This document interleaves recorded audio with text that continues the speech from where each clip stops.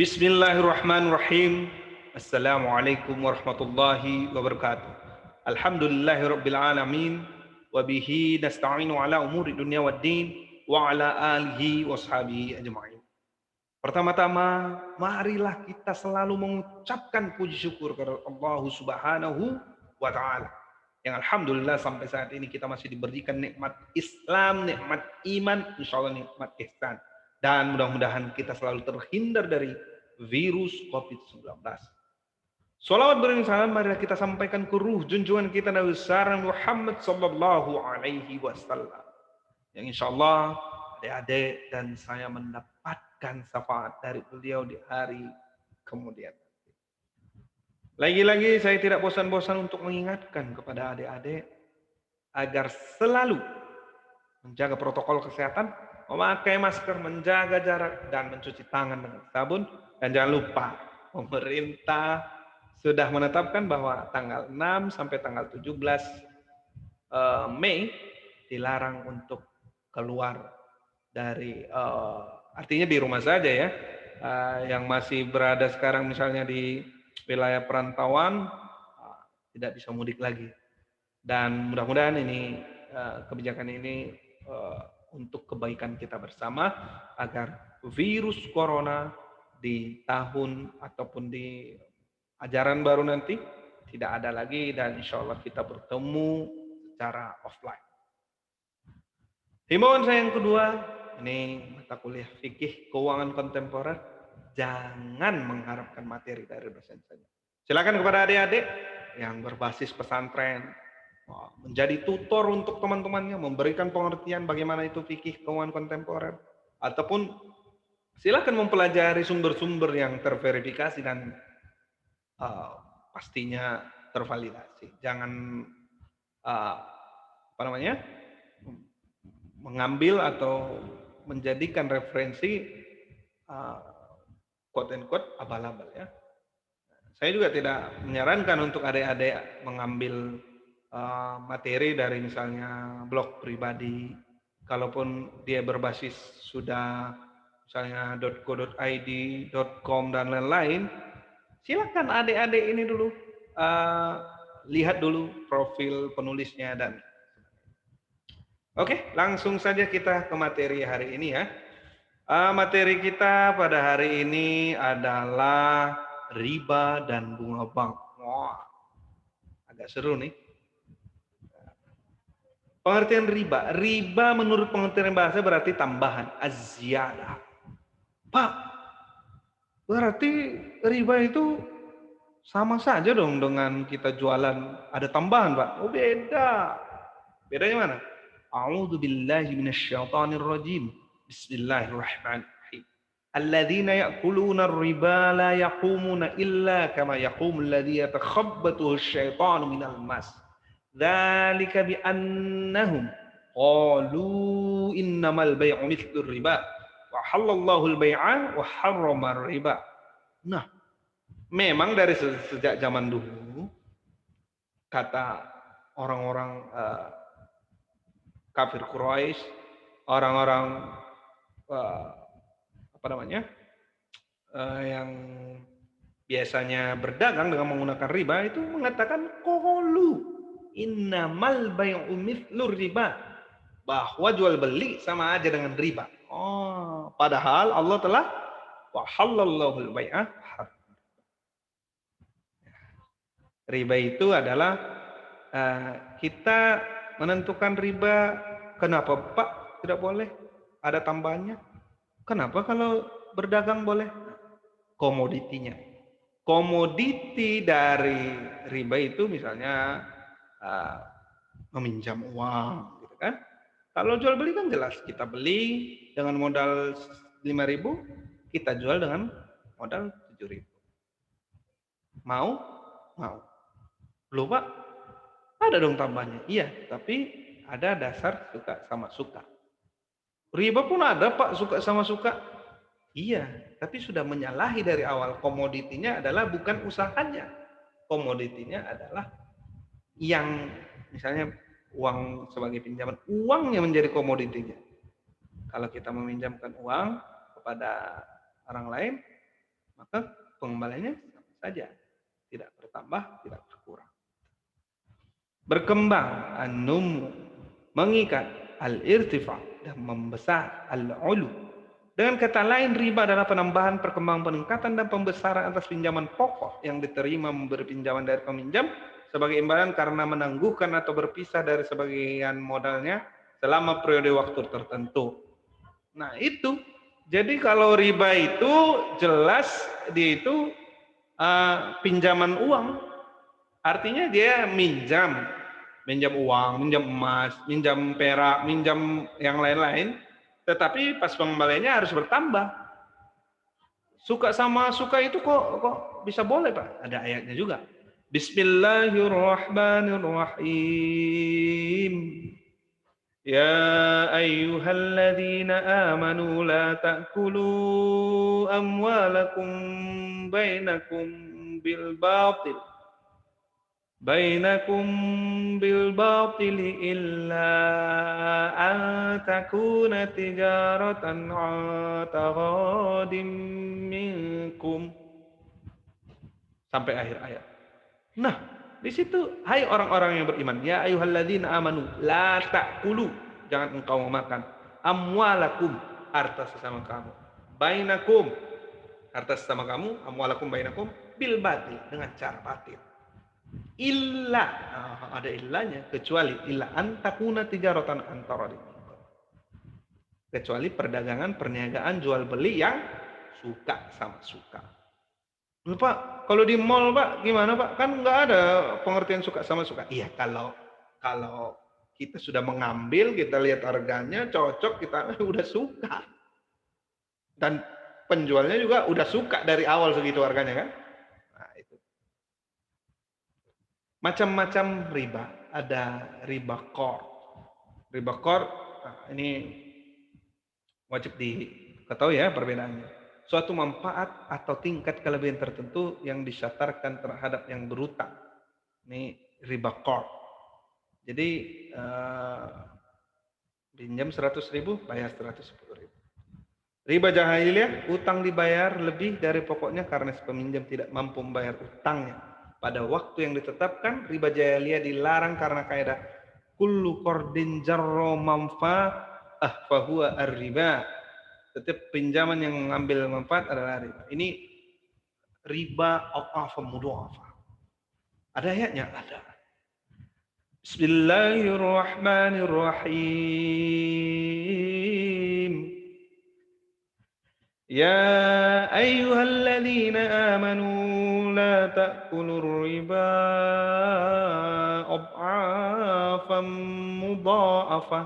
Hai orang-orang yang beriman, janganlah engkau makan riba dengan cara berlipat ganda. Gimana Pak berlipat ganda itu? Misalnya kita punya utang 100.000. Kalau nggak bisa bayar, ada uang sayurnya 10.000. Bulan depannya nggak bisa bayar, uang buahnya 10.000. Jadi berlipat ganda terus. Misalnya setahun, bisa jadi menjadi 1.000.000 utang. Gitu. Ya ada aja uang sayurnya. Gitu. Kemudian riba fadl. Riba fadl disebut juga riba buyuk atau riba yang timbul akibat pertukaran barang sejenis yang tidak memenuhi kriteria sama kualitasnya, sama kuantitasnya, dan sama waktu penyerahan. Jadi misalnya pinjam emas 24 karat diganti 22 karat, beratnya sama ya itu. Riba nasiah juga disebut riba duyun atau riba yang timbul akibat utang piutang yang tidak memenuhi kriteria. Untung muncul bersama risiko dan hasil usaha muncul bersama biaya. Riba yang timbul akibat utang piutang yang tidak memenuhi kriteria.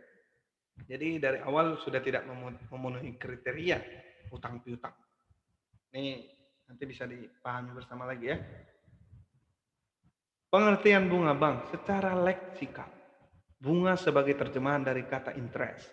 Secara istilah sebagaimana diungkapkan dalam suatu kamus dinyatakan bahwa interest is change for financial law, usually a percentage of the amount loan. Bunga adalah tanggungan dari pinjaman uang yang biasanya dinyatakan dengan persentase dari uang yang dipinjamkan. Jadi bunga itu uangnya menjadi komoditi. Misalnya beli rumah. Kita meminjam uang dari bank untuk beli rumah. Kita membayar pinjaman kita itu dengan tambahan. Nah, itu bunga. Loh, Pak, apa bedanya dengan syariah? Kita membeli rumah tidak bisa. Tapi bank yang melakukan pembelian rumah ini, kemudian mereka jual lagi ke kita dengan harga yang berbeda. Tentunya dong mereka ngambil untung. Jadi jual beli. Kita nggak minjam duit. Loh, Pak, tapi apa namanya? Sama aja, Pak. Kayak minjem duit juga, kan kaya. Di mana bedanya? Tapi kan bukan mereka beli, Pak, bukan atas nama mereka, atas nama developer. Ya, itulah ada sebelumnya kan kita pelajari yang kodifikasi dari akad itu. Akadnya adalah murabahah bil wakal.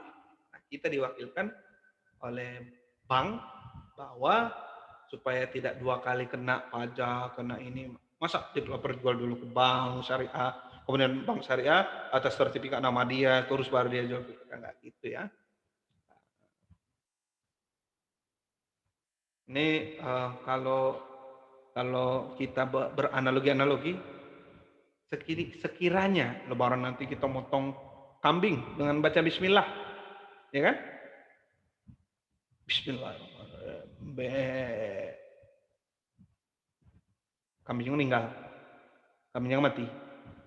Kita apa namanya? Kita rendang dan bla bla bla. Enak kan? Kira-kira apa bedanya? Kalau kita sembelih kambing itu, yang satu dengan tidak baca bismillah, satu lagi dengan baca bismillah. Nah, analoginya sebenarnya gitu. Jadi kelihatan sama tapi berbeda.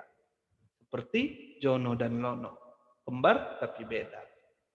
Sejarah riba, bangsa-bangsa dahulu telah mengenal bank, tetapi bank ini berlainan dengan bank modern. Sesuai dengan awal tingkat kejadiannya transaksi di waktu itu. Saat itu belum ada mata uang dan baru muncul pada abad pertengahan. Maka timbullah lembaga perbankan yang mereka gunakan sebagai alat mata uang. Penukaran uang dengan yang lain dan penyimpanan. Hal itu sesuai dengan tingkat kemajuan yang mereka capai pada saat itu. Mereka belum mengoperasikan uang yang didepositokan pada para bankir. Kemudian para banker berpendapat bahwa lebih baik kalau uang tersebut sebagai mereka kelola. Karena pada umumnya pemilik uang tidak memungkinkan uang yang mereka titipkan itu dioperasikan. Sehingga dengan uang yang dititipkan itu mereka dapat mengoperasikannya dalam jumlah tertentu, seraya mereka pun dapat mengembalikan uang titipan ini pada saat penitipnya memintanya kembali. Jadi riba ini sebenarnya sudah dilarang dari zaman Yahudi, zaman Nasrani. Saking sudah ngelotoknya, sudah jadi budaya, maka Allah Subhanahu wa taala 4 tahap juga dalam pada akhirnya mengharamkan riba itu. Ayat yang pertama, wa ma ataitum mir riba yarbu fi amwalin nasi fala yarbu indallah wa ma ataitum min zakatin turiduna wajhallahi fa ulaika humul mudhifun. Ayat yang pertama diturunkan itu bahwa Allah membedakan bahwa kalau zakat itu berkurang di sisi manusia tetapi bertambah di sisi Allah. Sedangkan riba itu bertambah di sisi manusia tapi berkurang di sisi Allah. Ayat yang kedua, abidul minal ladzina hadu haramna 'alaikum thayyibatin uhillat lahum wa bisaddihim an sabilillahi katsiran wa akhdhimur riba wa qad anhu aqlim amwalun nasi fala yar. Saya lupa ya sambungannya sampai akhir ayatnya. Fabizulmin minal ladzina hadu harramna 'alaihim thayyibatin uhillat lahum wa bisaddihim an sabilillahi katsiran wa akhdhihimur riba wa qad anhu aklihim amwalan nasi bil batil wa a'tadna lil kafirin minhum 'adaban alim. Itu ayat.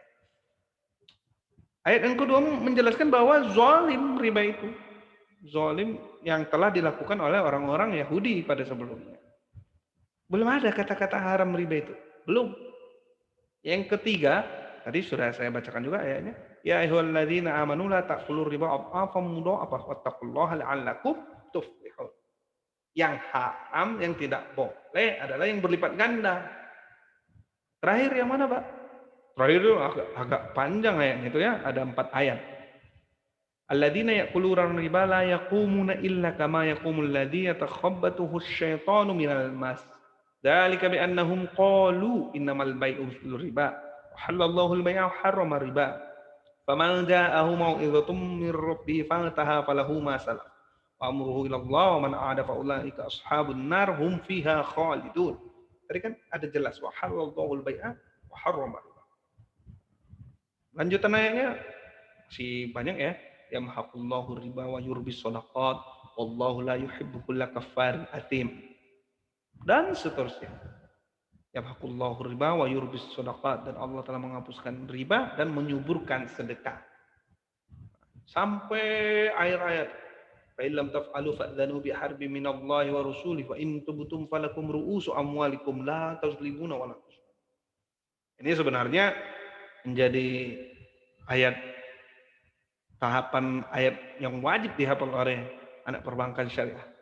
Karena yang 4 tahap inilah menjadi modal bahwa ada bank syariah itu. Jadi memang sedangkan di ayat terakhir aja masih dikatakan orang-orang yang ya katakanlah yang tidak menerima Islam ya. Kalau dibilang kafir nanti kasar katanya ya. Padahal kafir itu artinya kan menutup diri dari ajaran Islam, bahwa qalu innamal bai'u mislul riba. Sama aja riba itu dengan jual beli. Kapan sebenarnya manusia mulai mempraktikkan riba? Tak ada catatan pasti tentang ini. Yang jelas pada masa Nabi Musa alaihissalam, orang-orang Yahudi dilarang mempraktikkan bunga. Larangan ini terdapat di Old Testament, Perjanjian Lama, dan Undang-Undang Talmud seperti yang dikutip oleh Dwi Hardianto. Di antaranya kitab Deuteronomi, Ulangan pasal 23 ayat 19. Janganlah engkau membungakan kepada saudaramu baik uang maupun bahan makanan atau apapun yang dapat dibungakan. Riba pandangan ulama. Para ulama fikih mulai membicarakan tentang bunga bank riba ketika mereka memecahkan berbagai macam persoalan muamalah. Banyak ayat-ayat Al-Quran yang membicarakan riba sesuai dengan periode larangan. Sampai akhirnya datang larangan yang tegas pada akhir periode penetapan hukum riba. Tadi sudah saya jelaskan ya. Tahapannya ya, ada 4 tahapan. Terima kasih. Cukup sekian perkuliahan kita pada kesempatan kali ini. Saya mohon kepada adik-adik, silakan membaca riba lebih dalam, silakan membaca jenis-jenis riba itu serta pengertiannya dari sumber yang lain tentunya, yang mana yang membuat adik-adik bisa lebih mengerti. Mohon maaf atas segala kesalahan, mohon ampun kepada Allah Subhanahu wa taala. Wallahul muwaffiq ila aqwamit thoriq. Innallaha yuhibbul jamil fastabiqul khairat. Wabillahi taufiq wal hidayah. Assalamualaikum warahmatullahi wabarakatuh.